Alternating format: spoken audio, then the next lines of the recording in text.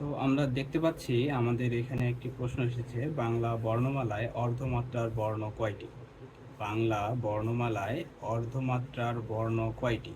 দেখেন, এই একই প্রশ্নটা ৩৬তম বিসিএস, ১৮তম BCS, Pubali bank ২০২৩, medical, DGFI কিংবা বেসামরিক বিমান এছাড়াও অনেক বিশ্ববিদ্যালয়ের ভর্তি পরীক্ষায় এই একই ধরনের প্রশ্নগুলো চলে আসে।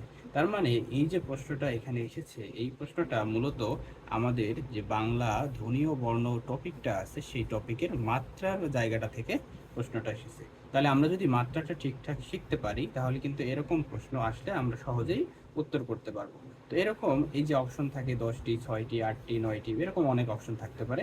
তো আপনি একদম শর্টকাটে কিভাবে মনে রাখতে পারবেন যে বাংলা বর্ণমালায় মাত্রা আসলে কয়টা, কোনটায় কত মাত্রা, পূর্ণমাত্রা, অর্ধমাত্রা এবং হচ্ছে মাত্রাহীন।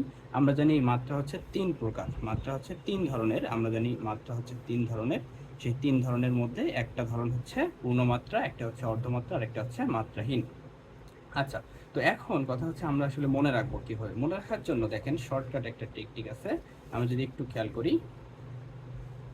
ওকে, দেখেন, তাহলে মাত্রার যে টেকনিকটা, সেই টেকনিকটা আমরা শুধু একটা লাইন দিয়ে মনে রাখবো। সেই লাইনটা হচ্ছে বাপে শেখায় সরেও সরেয়া, বাপে শেখায় সরেও সরেয়া। তো এই লাইনটা দিয়ে আমরা কিভাবে মনে রাখতে পারি আমাদের মাত্রা? দেখেন, বাপ শব্দটা, এই বাপ শব্দটার মধ্যে ব আছে, এই ব দিয়ে মনে রাখবো হচ্ছে 32, এই ব দিয়ে আমরা কি মনে রাখবো 32।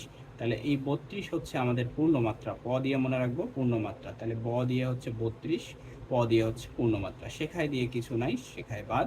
স্বরেয় দিয়ে মনে রাখবেন অর্ধমাত্রা, স্বরেয় দিয়ে অর্ধমাত্রা, এবং স্বরেয়া দিয়ে কি, স্বরেয়া দিয়ে হচ্ছে 8, স্বরেয়া দিয়ে 8। তাহলে আমরা যে পূর্ণমাত্রা পেলাম 32টা এবং অর্ধমাত্রা পেলাম 8টা, তাহলে আমাদের টোটাল বর্ণ হচ্ছে, দেখেন 32 আর 8 হচ্ছে টোটাল হচ্ছে 40টা। ওকে। আচ্ছা, এখন আমরা জানি যে মোট আমাদের বর্ণ, স্বরবর্ণ এবং ব্যঞ্জনবর্ণ মিলিয়ে টোটাল আছে হচ্ছে আমাদের 50টা বর্ণ। তাহলে 50টা বর্ণ থেকে আমরা যদি এই 40টা, যেটাতে মাত্রা, যেটাতে পূর্ণমাত্রা এবং অর্ধমাত্রা আছে, এরকম টোটাল 40টা বর্ণ আমরা বাদ দিই, তাহলে যে 10টা পাচ্ছি, এই 10টা হচ্ছে আমাদের, 10টা হচ্ছে আমাদের মাত্রাহীন, এই 10টা হচ্ছে আমাদের মাত্রাহীন। তাহলে এরকম যখন কোনো প্রশ্ন আসবে যে পূর্ণমাত্রা কয়টা, অর্ধমাত্রা কয়টা কিংবা মাত্রাহীন কয়টা, তাহলে শুধুমাত্র এই একটা টেকনিকের মাধ্যমে আমরা কিন্তু কি মনে রাখতে পারি,